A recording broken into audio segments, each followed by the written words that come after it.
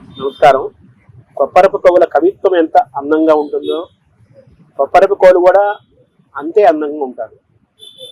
బంగారు ఛాయతో, పసిడి ఛాయతో, మెరుదిరిగిన మీసాలు, తలపాగా, కోటు, విశాలమైన కళ్ళు, అద్భుతమైన కంఠము, అద్భుతమైన శరీరాకృతితో చాలా అందంగా ఉంటారు కొప్పరపు సోదర కవులు. వాళ్ళు ఎంత అందంగా ఉంటారని చెప్పడానికి వ్యక్తిగతంగాను, అలాగే వాళ్ళ కవిత్వం ఎంత అందంగా ఉంటుందని చెప్పడానికి వాళ్ళు చేసిన వర్ణనని ఒకసారి చూద్దాం. ఇందులో కొప్పరపు కవుల వ్యక్తిగత సౌందర్యము, భౌతిక సౌందర్యము, వారి కవితా సౌందర్యము రెండు కూడా ఈ పద్యంలో మనకు దర్శనమవుతాయి, ఈ పద్యంలో మనకు అర్థమవుతాయి.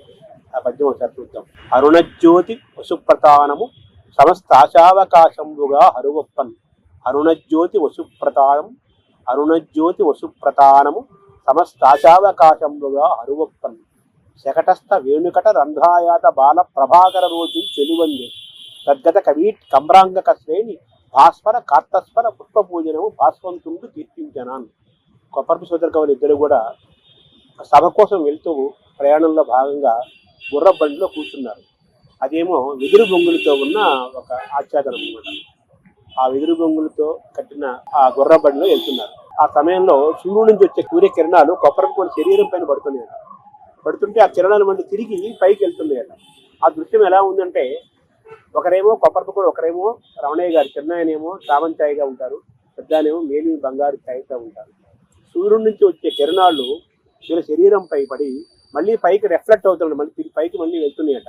ఆ దృశ్యం ఎలా ఉందంటే, సూర్యుడిని బంగారు పుష్పాలతో అర్చిస్తున్నట్టుగా, పూజిస్తున్నట్టుగా ఉందట ఆ దృశ్యం. అరుణజ్యోతి వసుప్రతానము సమస్తాచావకాశముగా ఆరోపన్.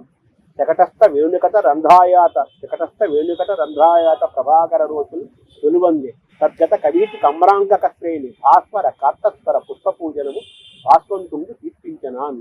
ఈ పద్యాన్ని చూస్తే కొప్పరపు కవుల సాహిత్య సౌందర్యము, కొప్పరపు కవుల భౌతిక సౌందర్యము, కొప్పరపు కవుల ఆత్మగతమైన జన్మాంతర జనితమైన సౌందర్యము, సంస్కారపూరితమైన సౌందర్యము ఈ పద్యంలో కనిపిస్తాయి.